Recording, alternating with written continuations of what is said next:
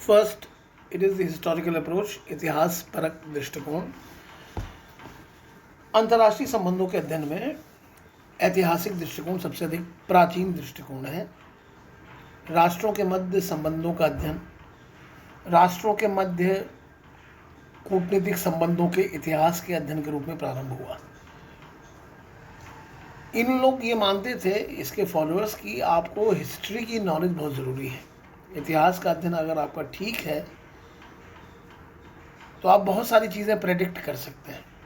ऐतिहासिक सिद्धांत प्राचीन इतिहास एवं परंपराओं पर आधारित है। इसकी मान्यता यह है कि कुछ भी वर्तमान में होता है वो भूतकाल का परिणाम है।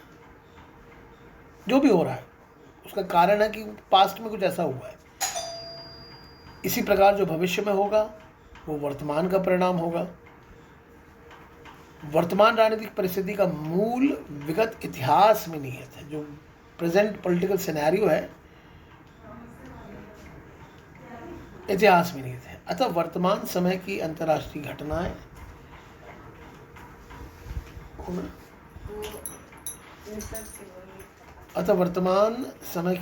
घटनाएं भूतकाल की परंपराओं एवं विचारों से प्रभावित होंगी। इसी प्रकार वर्तमान परिस्थितियां भावी घटनाओं के स्वरूप को बहुत कुछ निर्धारित करेंगी और यह विकास का यही क्रम चलता रहेगा। ये राजनयिक इतिहास पर बल देता है क्योंकि इस प्रकार के अध्ययन से ही जाना जा सकता है कि राजनय की कला क्या है। राजनय मतलब होता है कूटनीति, डिप्लोमेसी।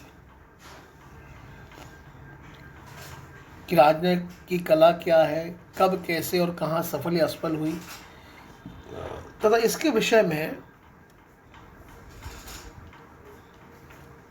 अब तक बनाई गई कौन कौन सी मान्यताएं भ्रामक और इतिहास भ्रामक या हानिकारक सिद्ध हुई है। इसका विकास ब्रिटेन में हुआ और इनके विद्वानों ने अनेक ग्रंथों की रचना की। उसमें Toynbee, E.H. Carr, E. Boulding, George A लोनाइल, शॉर्टवेल, क्विंसी राइट आदि इंपॉर्टेंट है। अब देखिए, सीमाएं होती लिमिटेशंस की। इस दृष्टिकोण को अपनाने के बाद भी जो लिमिटेशंस आ जाएंगी, ऐतिहासिक पद्धति के प्रयोग करने पर तत्कालीन परिस्थितियों, भावनाओं का प्रभाव पड़ता है, जिसके कारण परिणाम अशुद्ध हो जाते हैं। इस सेकेंड पॉइंट, इस पद्धति से तथ्यों का संकलन मात्र ही हो सकता है। तीसरा, संपूर्ण भूतकाल का अध्ययन संभव नहीं है तथा भूतकाल के अध्ययन से रूढ़िवादिता का जन्म होता है।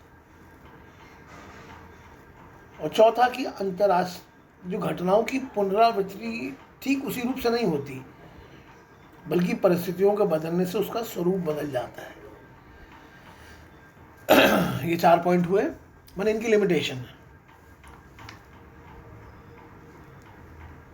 ये सिर्फ फैक्ट को कलेक्ट कर रहे हैं, इन लोग ऐसा कह रहे हैं, और पूरे हिस्ट्री का अध्ययन करना बड़ा मुश्किल काम है। और पूरे हिस्ट्री का अगर आप अध्ययन करते तो आप बड़े कंजर्वेटिव आपका अध्ययन हो जाएगा, ये एक आलोचना है। फिर ये कह रहे हैं कि घटनाओं की पुनरावृत्ति ठीक उसी रूप से नहीं होती, बदल बदल के होती है ना, परिस्थिति बदलने से स्वरूप बदल जाता है। तो इसका ऐतिहासिक दृष्टिकोण का स्थान बड़ा प्रमुख है। ये अच्छा अध्ययन प्रस्तुत करता है। यह सिद्धांत ये बताने का प्रयास करता है कि अंतर्राष्ट्रीय क्षेत्र में घटित घटनाओं का मूलभूत काल है और फल वर्तमान में। ये बताता है कि ये जो घटनाएं हैं उसका एग्जिस्टेंस पास्ट का है।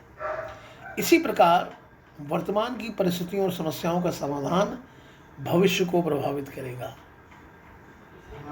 है ना। इसी प्रकार वर्तमान की परिस्थितियों और समस्याओं का समाधान भविष्य को प्रभावित करेगा। इस दृष्टिकोण की आलोचना इस आधार पर की जाती है कि यह सिद्धांत अपने में अधूरा और अपर्याप्त है।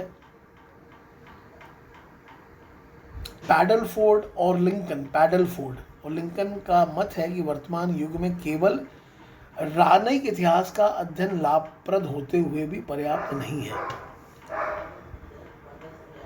आज राजनीति शास्त्र के अध्येता को भूतकालीन इतिहास से प्राप्त जानकारी की अपेक्षा वर्तमान परिस्थितियों के संदर्भ में नीति निर्धारण प्रक्रिया एवं राजनीतिक सौदेबाजी की कला का ज्ञान कहीं अधिक आवश्यक है। ठीक है, ये आपका पहला दृष्टिकोण कंप्लीट हो गया, हिस्टोरिकल अप्रोच। ठीक है, चलिए, आई एम सेंडिंग इट।